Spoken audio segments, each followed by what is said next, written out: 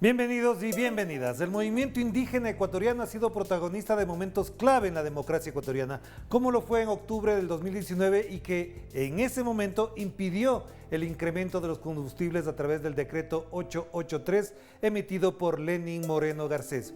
Y ahora, en la primera vuelta electoral del domingo 7 de febrero, el candidato que se posicionó como el representante de los indígenas, Yacu Pérez, se ubicó en tercer lugar, muy cerca del banquero Guillermo Lasso. Con esa votación, el votante indígena que optó por Yacu será también muy importante en esta segunda vuelta. Y por eso, por ejemplo, el candidato Andrés Arauz ha planteado algunas ideas y propuestas para el movimiento indígena. Y de hecho, uno de sus candidatos electos a la Asamblea Nacional, Ricardo Urcuango, ha impulsado buena parte de este planteamiento en la campaña y aquí lo tenemos para conversar. Bienvenido, Ricardo. ¿Cómo está? Muchas gracias. Qué gusto tenerlo por acá. De entrada le preguntaría, ¿cómo evalúa usted la primera vuelta electoral en la participación del movimiento indígena en este proceso? Bueno, la participación electoral del movimiento indígena fue dividida. Una parte del movimiento indígena apoyando al candidato Pérez y la otra parte del movimiento indígena apoyando al candidato Andrés Arauz.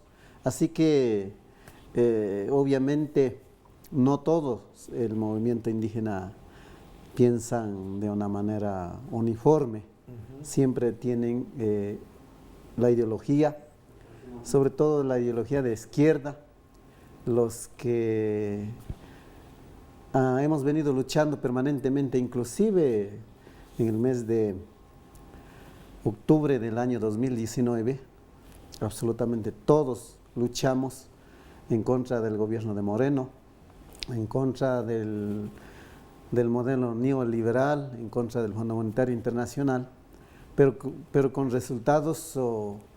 Por un lado, se logró parar el acuerdo que se hizo Moreno con Fondo Monetario Internacional para incrementar el precio de los combustibles.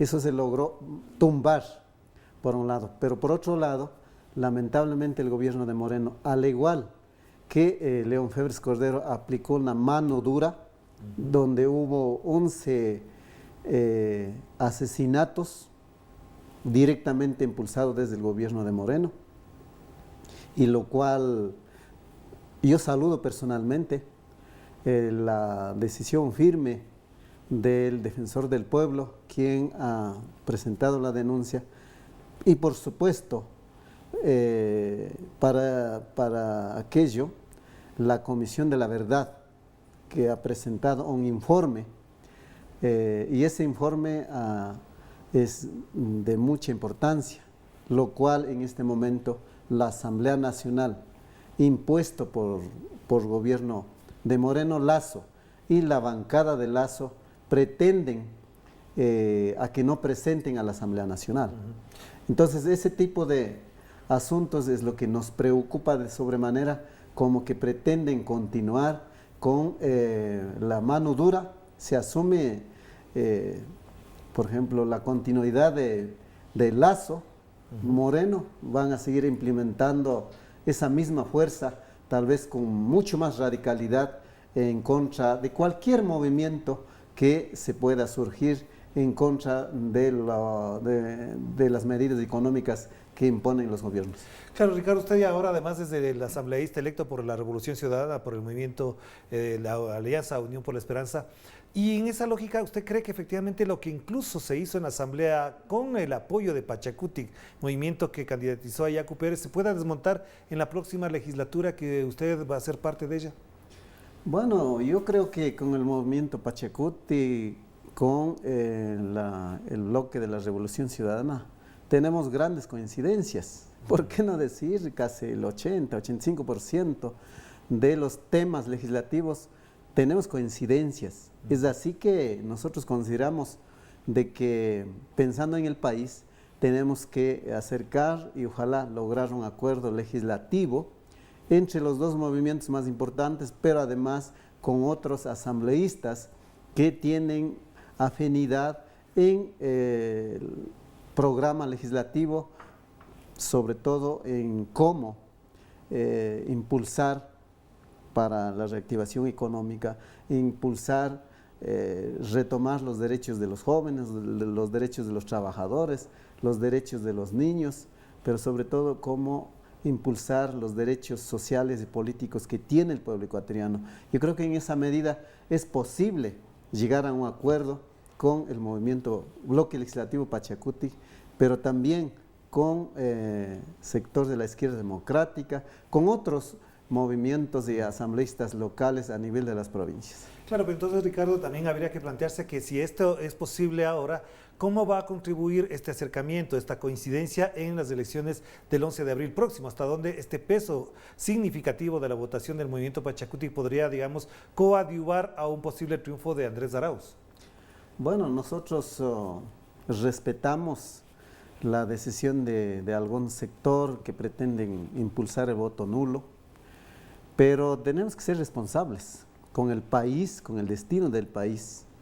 Es decir, en este momento el país, el próximo 11 de abril, va a definir bien que de la continuidad de Guillermo Lasso, Moreno y Nebot, del debacle económico, del debacle social, político, de la desinstitucionalización, y con ello se genera mucho más la pobreza en el país.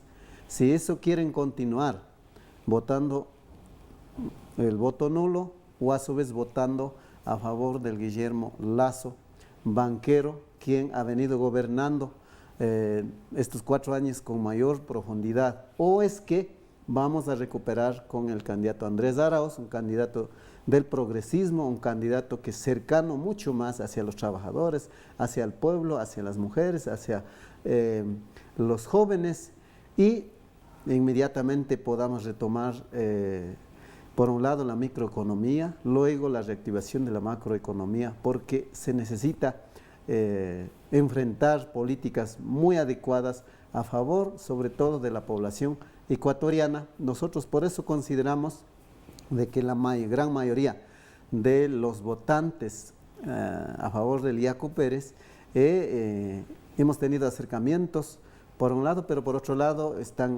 nos van a votar a favor de nuestro binomio de la esperanza. Ricardo, una de las cosas que me impresionó y me llamó muchísimo la atención es que en el norte de la provincia de Pichincha, es decir, en la población de Cayambe, que es un cantón de la provincia de Pichincha, el sábado último vimos una enorme concentración indígena que ni siquiera en la primera vuelta habíamos visto a favor de Andrés Arauz.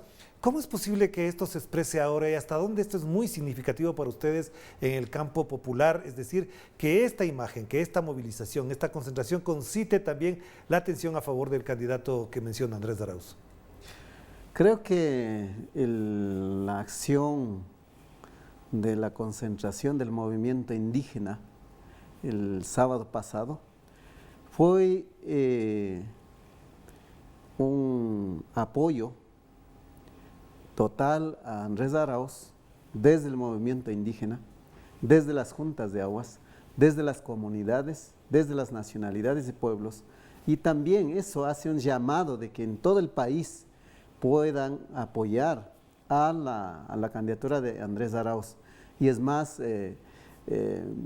consideramos de que desde el movimiento indígena votar a favor del voto nulo no le beneficia bajo ningún concepto, porque tenemos que retomar el país, tenemos que retomar la economía, el trabajo, la educación, la salud del país. Entonces, por lo tanto, nosotros consideramos de que el día sábado pasado, el 27 de marzo, dio un mensaje clarísimo, esa concentración masiva de miles de indígenas quienes encontraron con Andrés Arauz e inclusive presentó la propuesta del tema del agua. Así que como el agua es un líquido vital para todos los seres vivos del país y del planeta, entonces por lo tanto Andrés ha comprometido impulsar políticas públicas del agro a través de una política mucho más incluyente del Estado plurinacional. Así que esos son los factores que se ha ido demostrando. Nosotros consideramos de que tenemos que tener mucho más acercamiento con las nacionalidades y pueblos indígenas, con las juntas de aguas, y a su vez también trabajar conjuntamente con ellos que sean parte incluso del gobierno. Ricardo, una última pregunta para cerrar este primer bloque. ¿Cómo entiende este acercamiento de algunos líderes de la CONAIE con el señor Guillermo Lasso? Me refiero a personas no necesariamente que están en este momento a la dirección de la CONAIE, sino que han estado en otros tiempos. Me refiero, por ejemplo, a Lourdes Tibán y otros de esa, digamos, de esa corriente política ideológica, que tengan una postura de derecha cuando normalmente la reivindicación desde el movimiento indígena va por una línea más progresista, de izquierda, es decir, hacia campos donde fundamentalmente están pidiendo que se garanticen los derechos. Bueno, yo creo que hay un pequeño sector del movimiento indígena que pretende seguir siendo tal vez parte de la derecha, ser vocero de la derecha, incluso en contra de los principios de total del movimiento indígena, en contra de los principios de la lucha del movimiento indígena. Yo creo que eso es... a veces no se puede entender, pero eso es la realidad. Pero la gran mayoría del movimiento indígena siempre tiene la tendencia de izquierda, de defensa de los derechos de las mujeres, de los trabajadores, de los derechos de todo el pueblo que siempre es excluido en la redistribución de la economía del país. Claro que sí. Vamos a hacer la primera pausa y enseguida volvemos para seguir conversando con Ricardo Urcuango, asambleísta electo, es decir, asambleísta nacional electo por la Revolución Ciudadana a la próxima legislatura que empezará el 14 de mayo del año 2021. Vamos a ver en la segunda parte cómo ya funciona la maquinaria de campaña sucia que hay contra la candidatura de Andrés Arauz, que es muy significativa y que tiene un peso gravitante en el debate público nacional. Vamos a la pausa.